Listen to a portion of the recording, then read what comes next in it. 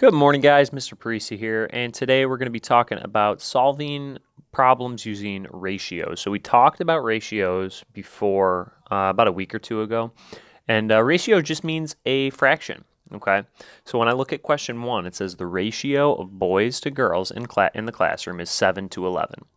7 to 11 right there. So if I wanted to set that up as a ratio, that would be 7 over 11, and we're talking about boys to girls. Okay. If there are a total of 49 boys in the classroom, then how many boys and girls are there all together? So we could set up another ratio. So my ratios are going to be equal to each other. That's what's cool about using ratios. So I've got 7 over 11, and then I'm going to set it up again. And it still has to be that boys over girls, right? We have to stay consistent. And they're telling me there's 49 boys. So there's 49 boys. But we don't know how many girls there are, so I'm just going to put an X there. I can solve for how many girls there are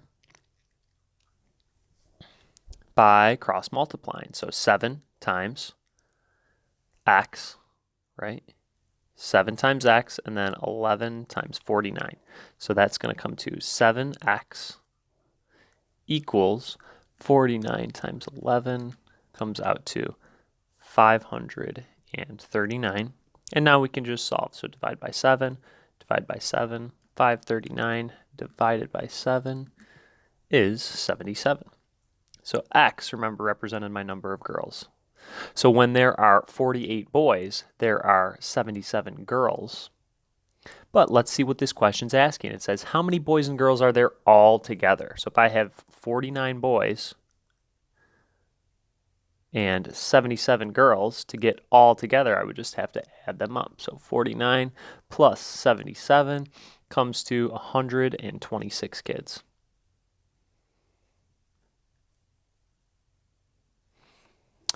We can solve question number 2 very similar. Number 2 says the ratio of marbles to stones in a large pot is 6 to 7. So again, they said marbles to stones. So I'm starting with marbles, and then this is for stones. So marbles are on top, stones are on the bottom.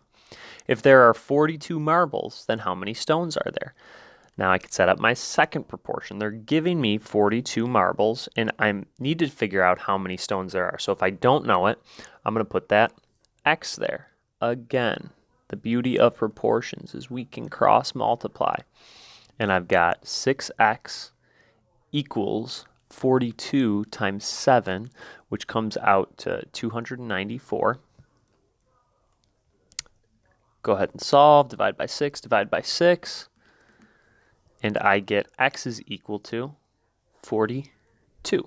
Or, I'm sorry, 49 that is. So 294 divided by 6 is 49. So this is 49 what? Again, the stones were on the bottom. So this is 49 stones. Let's make sure we answered our question. How many stones are there? Here I just wanted stones. I didn't want them combined, so I'm okay with just leaving my answer as 49 stones. Let's keep moving on down. We'll do 2 more together, and then you guys will have 2 or 3 for your homework. So total of 7 questions on this worksheet. We're going to do these next 3, and then you guys, or next 2, and then you guys will have the last 3. Let's switch my color here. Let's go with a blue. Number 3 says the ratio of coins to notes in a bag is 3 to 8. If there are 24 coins, then how many notes are there? Okay, again, coins to notes is 3 to 8. 3 over 8, and we're talking coins to notes, is going to be equal to, now they're giving me 24 coins, and I need to know how many notes there are, so I'm going to leave that as an X. You probably already guessed it. Let's go ahead and cross multiply. 3X is going to be equal to 8 times 24, and that is 192. So when I solve this out, I'm just going to divide by 3, and X is going to come to 64. That X represented my notes. Did I answer my question? How many notes are there? 64 notes. Yes, we did. And the last one for your notes is number 4. The ratio of black bags to blue bags is 5 to 3.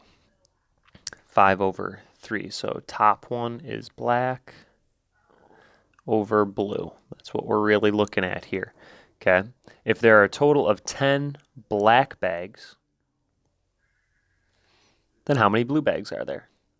So let's just put that over x. Now, your x isn't always going to be in the denominator, but it has worked out that way so far. We're going to try a few more of these in our next lesson as well. We got 5x equals 30. Divide by 5, divide by 5. You're going to have x equal to 6, and that is how many blue bags there are. Is that what our question was looking for? Blue bags. How many blue bags are there? Yes, we don't need the total number of bags. We just need the number of blue bags, which we found. So you have the next 3 questions to do on your own, 5, 6, and 7. So it looks like these are all going to be very similar to what we just did. If you have any questions, please feel free to contact me through Google Classroom. We'll review these questions with your next lesson, and we'll have another lesson on Thursday. Have a great day, guys, and I will talk to you soon.